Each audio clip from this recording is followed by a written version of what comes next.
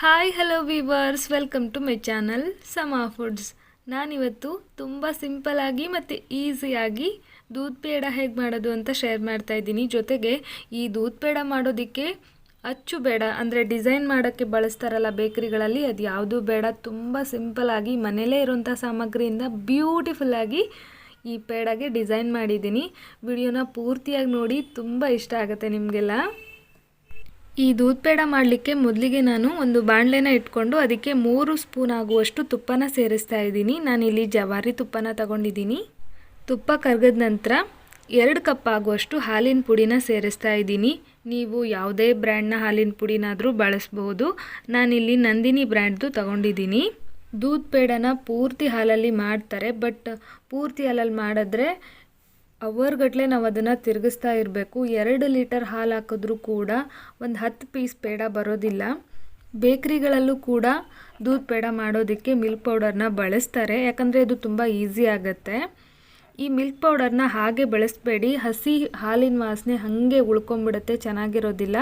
ಹಾಗಾಗಿ ಸ್ವಲ್ಪ ಪ್ರಮಾಣದಲ್ಲಿ ಇದನ್ನು ತುಪ್ಪದಲ್ಲಿ ನೋಡಿ, ಕಲರ್ ಚೇಂಜ್ ಆಗಿದೆ, ತುಂಬ ಕಪ್ಪು ಕಲರ್ ಆಗಬಾರ್ದು, ಗೋಲ್ಡನ್ ಕಲರ್ ಬಂದಿದೆ.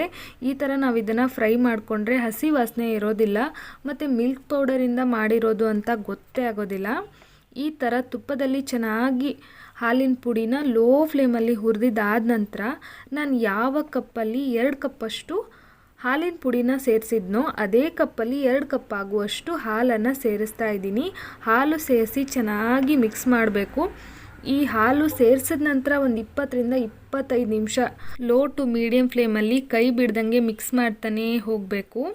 ಮೊದಲಿಗೆ ನಾವು ಹಾಲಿನ ಪುಡಿನ ಫ್ರೈ ಮಾಡ್ಕೊಂಡ್ವಲ್ಲ ತುಪ್ಪದಲ್ಲಿ, ಆವಾಗಲೂ ಅಷ್ಟೇ ಒಂದು ಚೂರು ಕೈ ಬಿಟ್ಟರೆ ಪೂರ್ತಿ ಸೀದೋಗ್ಬಿಡುತ್ತೆ. ತುಂಬ ಬಿಸಿಯಾಗಿದೆ ಬಾಣಲೆ ಅಂದಾಗ ಗ್ಯಾಸ್ನ ಆಫ್ ಮಾಡಿಕೊಂಡು ಹಾಲಿನ ಪೌಡರ್ನ ಫ್ರೈ ಮಾಡ್ಕೊಳ್ಳಿ. ಈಗ ಮಧ್ಯದಲ್ಲಿ ನಾನು ಇನ್ನೂ 1 ಸ್ಪೂನ್ ಆಗುವಷ್ಟು ತುಪ್ಪನ ಸೇರಿಸಿ ಚೆನ್ನಾಗಿ ಫ್ರೈ ಮಾಡ್ಕೊಂಡಿದ್ದೀನಿ. ಇದಕ್ಕಿಂತ ಗಟ್ಟಿ ಬೇಕಾದರೂ ಮಾಡ್ಕೊಳ್ಳಿ, ಚೆನ್ನಾಗಿ ಬರುತ್ತೆ. ಇದಕ್ಕಿಂತ ತೆಳು ಅಂತೂ ಮಾಡ್ಕೊಳ್ಳೇಬೇಡಿ. ಇಲ್ಲಿ ನೋಡ್ತಾ ಇದ್ದೀರಲ್ವ, ಉಂಡೆ ಕಟ್ತಾ ಇದ್ದೀನಿ. ಈ ಥರ ಹದಕ್ಕೆ ಬಂದರೆ ಪರ್ಫೆಕ್ಟ್ ಆಗಿದೆ ಅಂತ ಅರ್ಥ. ಈಗ ಗ್ಯಾಸ್ನ ಆಫ್ ಮಾಡಿ ಅದು ತಣ್ಣಗಾಗೋದಕ್ಕೆ ಬಿಟ್ಬಿಡ್ತೀನಿ. ನಾನಿಲ್ಲಿ ಬೂರ ಸಕ್ಕರೆಯಿಂದ ಈ ಪೇಡ ಮಾಡ್ಕೊಳ್ತಾ ಇದ್ದೀನಿ. ಬೂರ ಸಕ್ಕರೆ ಹಾಕಿದ್ರೆ ತುಂಬ ಚೆನ್ನಾಗಿರುತ್ತೆ. ನಿಮಗೆ ಬೇಡ ಅಂದರೆ ಇವಾಗ ನಾನು ತೋರಿಸಿದ್ನಲ್ಲ ಅದಕ್ಕೇ ಸಕ್ಕರೆ ಹಾಕಿ ಗಟ್ಟಿ ಆಗೋವರೆಗೂ ಮಿಕ್ಸ್ ಮಾಡ್ಕೊಳ್ಳಿ. 2 ಕಪ್ ಆಗುವಷ್ಟು ಸಕ್ಕರೆಗೆ 3/4 ಕಪ್ ಆಗುವಷ್ಟು ನೀರನ್ನು ಹಾಕಿ ಸಕ್ಕರೆ ಕರಗೋವರೆಗೂ ಲೋ ಫ್ಲೇಮಲ್ಲಿ ಮಿಕ್ಸ್ ಮಾಡಿ, ಸಕ್ಕರೆ ಕರಗಿದ ನಂತರ ಹೈ ಫ್ಲೇಮಲ್ಲಿ ಮಿಕ್ಸ್ ಮಾಡ್ತಾ ಹೋಗಿ, ಆಮೇಲೆ ಈ ಥರ ಗಟ್ಟಿ ಪಾಕ ಬರುತ್ತೆ. ಅದಾದ ನಂತರ ನೊರೆ ಪಾಕ ಬರುತ್ತೆ. ಸುತ್ತ ಸಕ್ಕರೆ ಕ್ರಿಸ್ಟಲ್ ಥರ ಫಾರ್ಮ್ ಆಗ್ತಾ ಹೋಗುತ್ತೆ. ಇವಾಗ ನೋಡಿ ಇದು ಆಗಿದೆ. ಈಗ ನಾವು ಇದನ್ನು ಗ್ಯಾಸ್ ಆಫ್ ಮಾಡಿಕೊಂಡು ಕಂಟಿನ್ಯೂ ಆಗಿ ಮಿಕ್ಸ್ ಮಾಡ್ತಾನೆ ಹೋಗಬೇಕು. ನೋಡಿ ಗ್ಯಾಸ್ನ ಆಫ್ ಮಾಡ್ತಾ ಇದ್ದೀನಿ.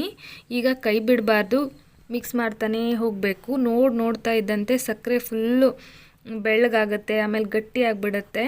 ಒಂದು ವೇಳೆ ನಾವು ಮಿಕ್ಸ್ ಮಾಡೋದನ್ನು ನಿಲ್ಲಿಸ್ಬಿಟ್ರೆ ಪೂರ್ತಿಯಾಗಿ ಪಾತ್ರೆಗೆ ಅಂಟ್ಕೊಂಡ್ಬಿಡುತ್ತೆ, ಸಕ್ಕರೆ ತೆಗಿಯೋಕ್ಕೆ ಬರಲ್ಲ ಅಂತ. ಒಂಥರ ಸ್ವಲ್ಪ ಡಿಫಿಕಲ್ಟ್ ಅಂತಲೇ ಹೇಳ್ಬೋದು, ಆದರೆ ಮನ್ಸು ಮಾಡಿದ್ರೆ ಯಾವುದು ಕಷ್ಟ ಅಲ್ಲ. ಈಗ ನೋಡಿ ಸ್ವಲ್ಪ ಗಂಟಾಯಿತು, ಅದಕ್ಕಾಗಿ ನಾನು ಇದನ್ನು ಒಂದು ಜರಡಿ ಹಿಡ್ಕೊಂಡು ಗಂಟೆಲ್ಲ ನೀಟಾಗಿ ಬಿಡಿಸ್ಕೊಳ್ತಾ ಇದ್ದೀನಿ. ಈ ಗಂಟು ಬಿಡ್ಸೋಕ್ಕಾಗ್ತಾ ಇಲ್ಲಪ್ಪ ಅನ್ನೋದಾದರೆ ಒಂದೇ ಒಂದು ಸುತ್ತು ಮಿಕ್ಸಿನಲ್ಲಿ ಪುಡಿ ಮಾಡ್ಕೋಬೋದು. ಟೇಸ್ಟಲ್ಲಿ ಏನೂ ಡಿಫ್ರೆನ್ಸ್ ಆಗಲ್ಲ, ಪೂರ್ತಿ ಪುಡಿನೂ ಆಗೋದಿಲ್ಲ, ಒಂದೇ ಒಂದು ಸುತ್ತು. ಈಗ ಬೂರ ಸಕ್ಕರೆ ರೆಡಿ ಆಯಿತು. ತಣ್ಣಗಾಗೋದಕ್ಕೆ ಬಿಟ್ಟಂತಹ ಪೇಡ ಮಿಶ್ರಣನ ತಗೊಂಡಿದ್ದೀನಿ. ಇದು ತಣ್ಣಗಾಗಿದೆ, ಪೂರ್ತಿಯಾಗಿ ತಣ್ಣಗಾಗಬೇಕು. ದೂದ್ ಪೇಡಾಗೆ ಯಾರು ಬೂರ ಸಕ್ಕರೆ ಹಾಕ್ತಾರೆ ಅಂತ ನೀವೆಲ್ಲ ಕೇಳ್ಬೋದು. ಹೌದು, ಯಾರೂ ಹಾಕಲ್ಲ. ನಾನು ಅದಕ್ಕೆ ಹೇಳಿದ್ದು, ಬೂರ ಸಕ್ಕರೆ ಮಾಡೋಕ್ಕೆ ಇಷ್ಟ ಇಲ್ಲ ಅಥವಾ ಹಾಕೋದು ಬೇಡ ಅಂದರೆ ಡೈರೆಕ್ಟಾಗಿ ಸಕ್ಕರೆನೇ ಹಾಕಿ ಗಟ್ಟಿ ಆಗೋವರೆಗೂ ಮಿಕ್ಸ್ ಮಾಡ್ಕೊಳ್ಳಿ. ಬಟ್ ಬೂರ ಸಕ್ಕರೆ ಹಾಕೋದ್ರಿಂದ ರುಚಿ ತುಂಬ ಚೆನ್ನಾಗಿರುತ್ತೆ. ಇವಾಗ ನೋಡಿ, ನಾನು 2 ಕಪ್ ಹಾಲಿನ ಪುಡಿಗೆ 1.5 ಕಪ್ ಆಗುವಷ್ಟು ಬೂರ ಸಕ್ಕರೆ, 1/4 ಚಮಚ ಏಲಕ್ಕಿ ಪುಡಿನ ಸೇರಿಸಿ ಚೆನ್ನಾಗಿ ಮಿಕ್ಸ್ ಮಾಡ್ತಾ ಇದ್ದೀನಿ. ಸಕ್ಕರೆ ಇನ್ನೊಂದು ಸ್ವಲ್ಪ ಉಳಿದಿದೆ, ಟೇಸ್ಟ್ ನೋಡಿಕೊಂಡು ಸಕ್ಕರೆ ಕಮ್ಮಿ ಆಯಿತು ಅಂದರೆ ಇನ್ನು ಸ್ವಲ್ಪ ಸಕ್ಕರೆನ ಹಾಕಿ ಮಿಕ್ಸ್ ಮಾಡಿಕೊಂಡು ಚೆನ್ನಾಗಿ ಕಲಿಸ್ಕೊಳ್ಳಿ. ಇವಾಗ ನೋಡಿ ನಾನು ಕೈಯಿಂದನೇ ಮಿಕ್ಸ್ ಮಾಡ್ತೀನಿ. ಯಾವುದೇ ಕಾರಣಕ್ಕೂ ತೆಳುವಾಗಂತೂ ಮಾಡ್ಕೊಳ್ಳೋಕೆ ಹೋಗಬೇಡಿ. ಆದಷ್ಟು ಗಟ್ಟಿ ಆಗೋವರೆಗೂ ನಾವು ಅದನ್ನು ಹಾಲು ಜಾಸ್ತಿ ಹಾಕಿರ್ತೀವಲ್ವ, ಹಾಗಾಗಿ ಗಟ್ಟಿ ಆಗೋವರೆಗೂ ಚೆನ್ನಾಗಿ ಮಿಕ್ಸ್ ಮಾಡಿಕೊಂಡು ಫ್ರೈ ಮಾಡ್ಕೊಳ್ಳಿ. ಇಲ್ಲ ಅಂದರೆ ಬೂರ ಸಕ್ಕರೆ ಹಾಕಿದ್ಮೇಲೆ ಪೂರ್ತಿಯಾಗಿ ತೆಳುವಾಗಿಬಿಡುತ್ತೆ, ಕಷ್ಟ. ಆಮೇಲೆ ಇವಾಗ ನೋಡಿ ಒಂದು ಉಂಡೆನ ತಗೊಂಡು ನೀಟಾಗಿ ಪೇಡ ಶೇಪಲ್ಲಿ ಅಂಗೈ ಮೇಲಿಟ್ಕೊಂಡು ತಟ್ಟಿದ್ದೀನಿ. ಈ ಥರ ಆದಮೇಲೆ ಏನೂ ಮೌಲ್ಡ್ ಇಲ್ಲದೆ ಹೇಗಪ್ಪ ಅಷ್ಟೊಂದು ಬ್ಯೂಟಿಫುಲ್ ಆಗಿ ಡಿಸೈನ್ ಮಾಡಿದ್ದಾರೆ ಅಂತ ಕುತೂಹಲದಿಂದ ನೋಡ್ತಾ ಇದ್ದೀರಲ್ವಾ. ಇದೆ ನೋಡಿ ಬ್ಯೂಟಿಫುಲ್ ಆಗಿ ಡಿಸೈನ್ ಮಾಡುವಂತಹ ಸೀಕ್ರೆಟು. ಮನೇಲಿರುತ್ತಲ್ಲ ಪಲಾವ್ಗೆಲ್ಲ ಹಾಕ್ತೀವಲ್ಲ ಸ್ಟಾರ್ ಹೂವು, ಅದರಿಂದನೇ ನಾನು ಜಸ್ಟ್ ಒಂದು ಸಲ ಪ್ರೆಸ್ ಮಾಡಿದೆ, ಬ್ಯೂಟಿಫುಲ್ಲಾಗಿ ಬಂತು.